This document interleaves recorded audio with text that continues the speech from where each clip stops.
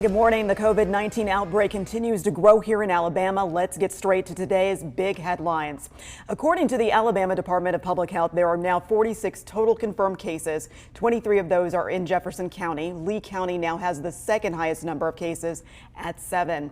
And just moments ago, Governor Kay Ivey announced the state will postpone the primary runoff election to July 14th.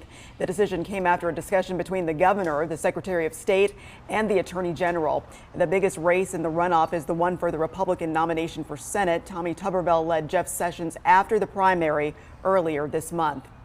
And right now we are waiting on an update from President Donald Trump and his COVID-19 task force. That should begin at any minute now, and we will get to that as soon as it starts.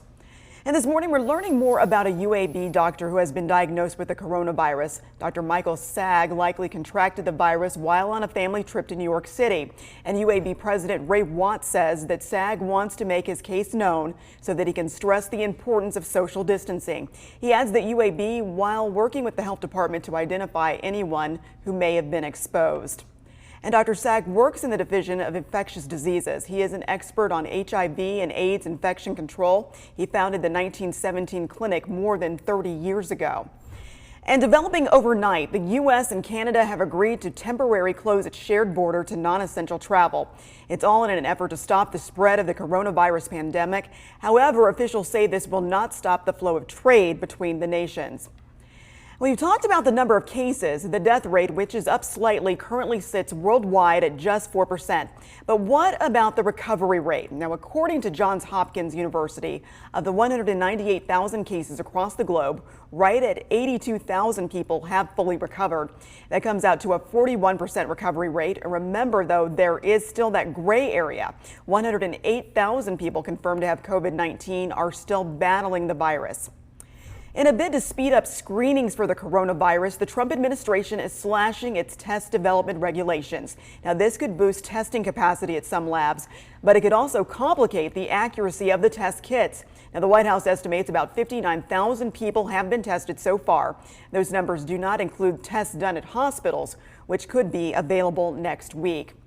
And the drive-through coronavirus testing site in Jefferson County has opened and already closed for the day. Organizers hope to avoid some long lines like the ones you see here. That's the crowd that showed up to be tested at Church of the Highlands Grandview off of Highway 280 yesterday.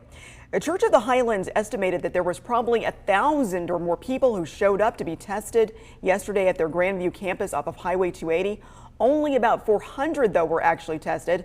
A lot of them had to be turned away, and this also caused some traffic issues on Highway 280. The church is moving that drive-through to their main campus on Grants Mill Road. They're also making changes to the hours. It's supposed to start at 9, but there were so many people who showed up early. They actually got underway before scheduled. 500 tests were planned, and there were already that number of patients that were in line. We are told they will reopen again tomorrow. And while testing for the virus continues, some doctors on the front line are strengthening their first line of defense. American Family Care is conducting virtual visits for all patients. Officials say the idea for that service came from patients who were concerned about catching the virus if they came into care centers for other reasons like refilling a prescription.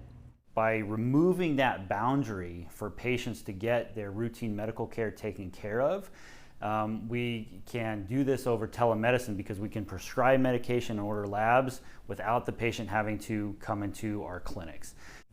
Now, with regard to the cost of the service, AHC says that most insurers cover the expense as part of a copay. For those who aren't insured, there is a flat fee of $49.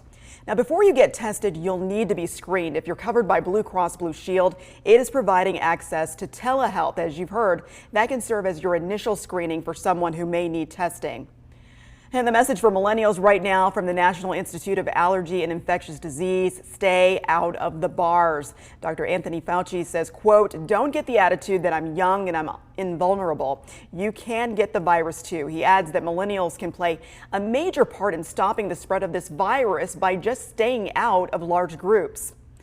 And the Birmingham City Council has approved Mayor Randall Woodfin's $15 million COVID-19 response plan. Here's how that all breaks down. $547,000 for protective equipment for first responders, $2.6 million for overtime for Birmingham Fire, Police, and Public Works, and $880,000 for teleworking equipment, $1 million for small business emergency loans, and just over $9 million to address estimated budget shortfalls for the next 60 days. Now, that money will come from the general fund, cash, and investments.